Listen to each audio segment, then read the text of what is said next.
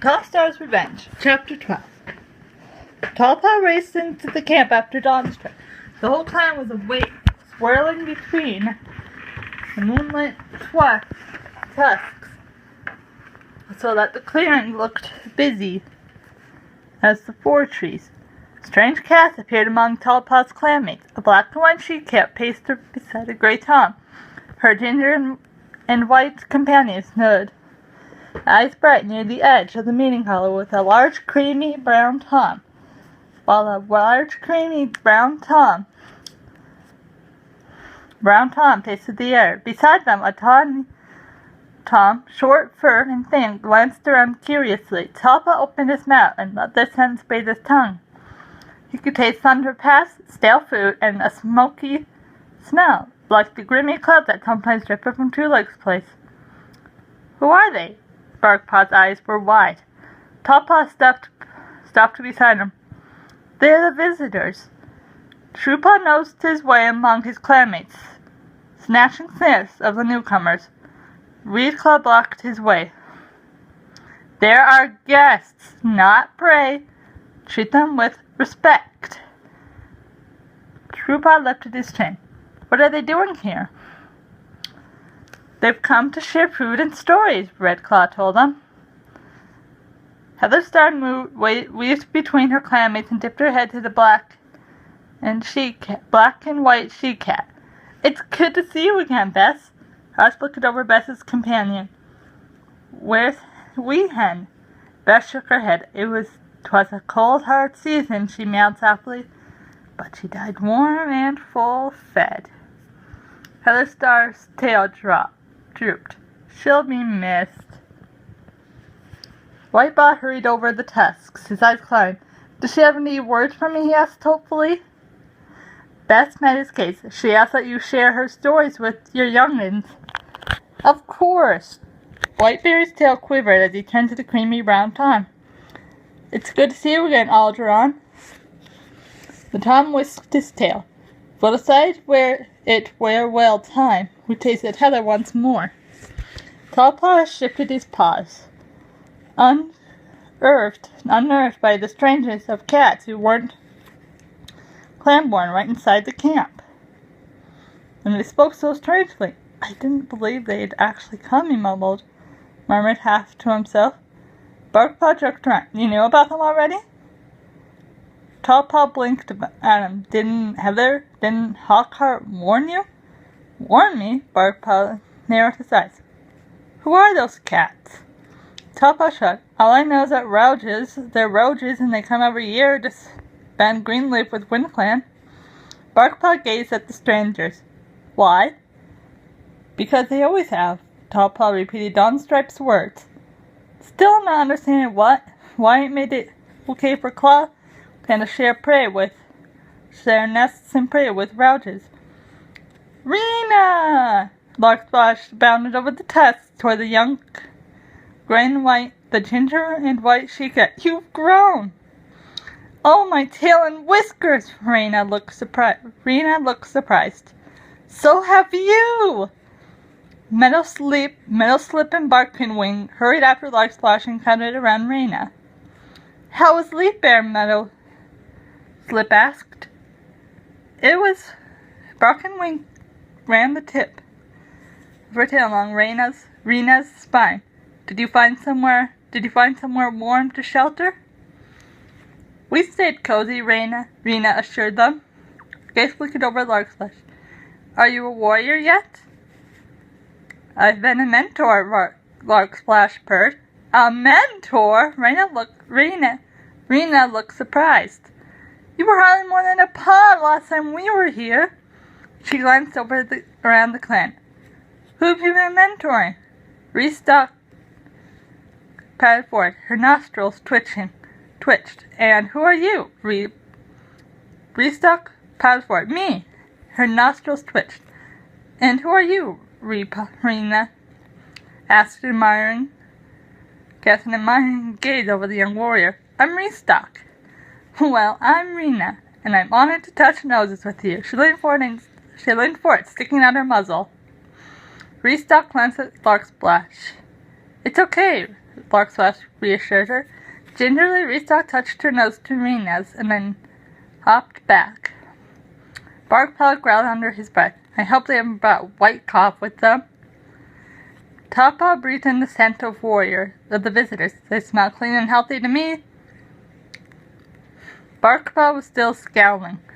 I'd like to look over them in the medicine den before they start mixing with the clan.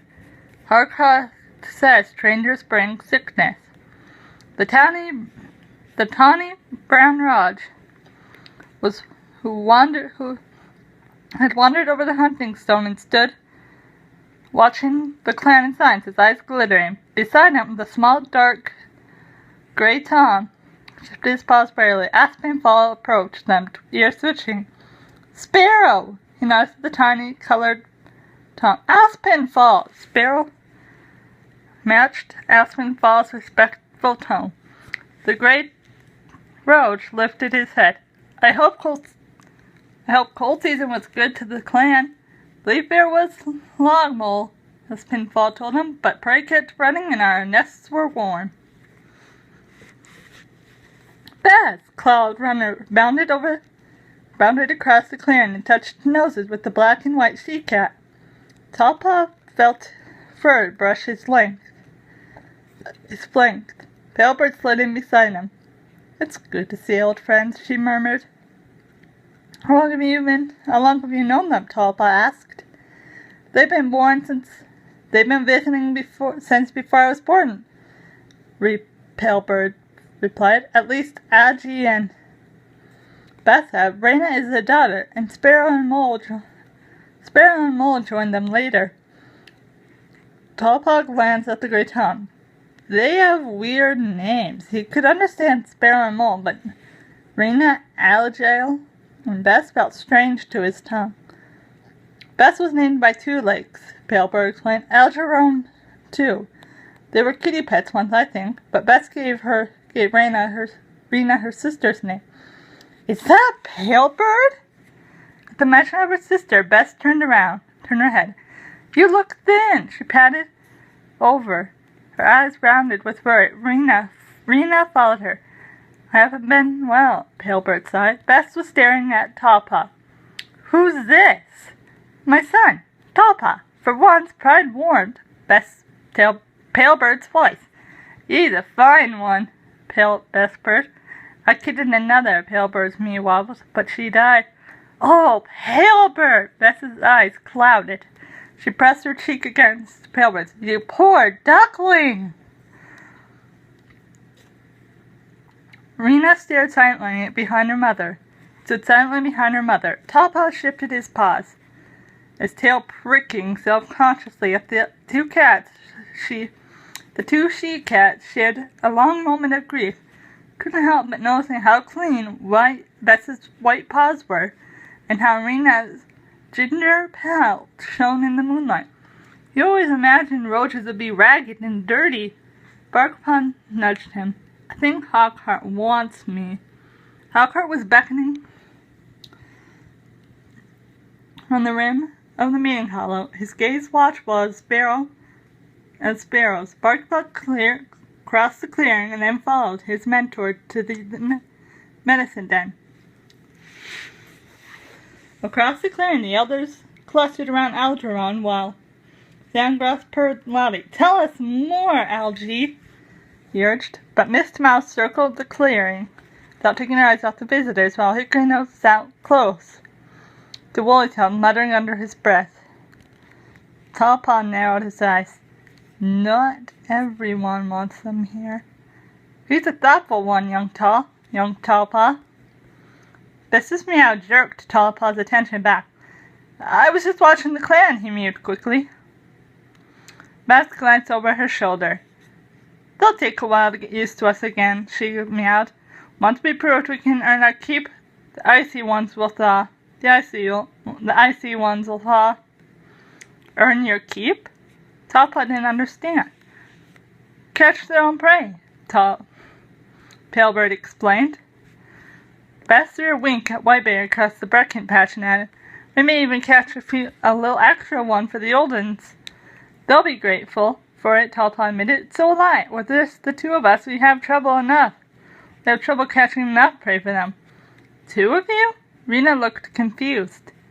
Me and Truepaw, Tallpaw explained. It's our job to take care of the elders. As Tallpaw spoke, Tallstar lifted her muzzle. It's late. We should rest. We will share their dance with our friends. Beth must stay in the nursery, Palebird called. On the far side of the clearing, Miss Meadowslip noted. Would Mo like to bed down with us? Pale suggested. The eldest den is the warmest place in the campsite nursery. Glanced at Mole. Not that you're as old and frail as us, he added.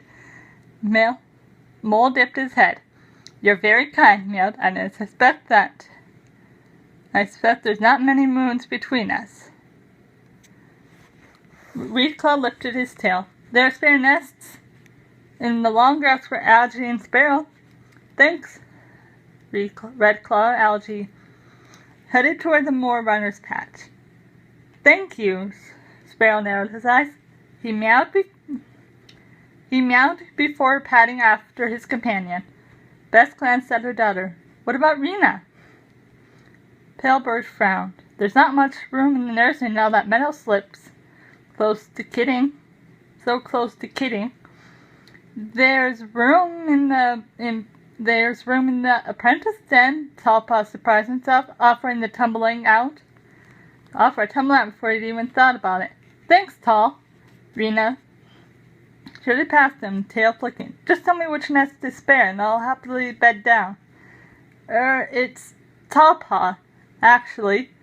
Tallpaw hurried after her, wondering what Truepaw would say about an extra doom. Then Rena had better not try to call him Shrew.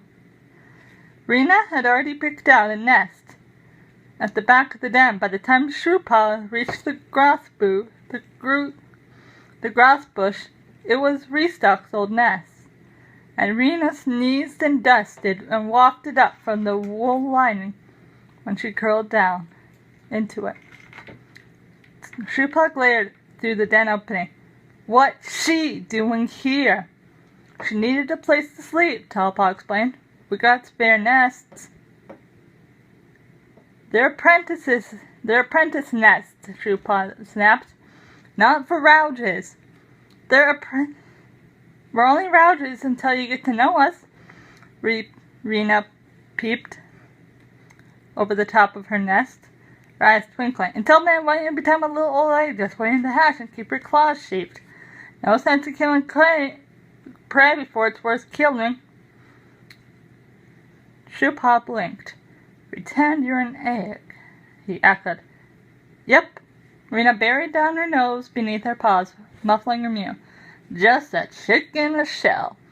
She peeped out and caught Tallpaw's eyes. Her gaze sparkled with laughter. Tallpaw swallowed back a purr as Truepaw climbed frowning into his nest. Having visitors might be fun, he decided as he settled down to sleep. Well, that's the end of Tallstar's Revenge, Chapter 12. I hope you have liked it. I have been Muse with 23. I am sorry if you can detect stress in my voice. I have this very big speech tomorrow, and I have been practicing it like there has been no tomorrow at night, and I have to try to make it to 3 minutes, and we can only use a note card, we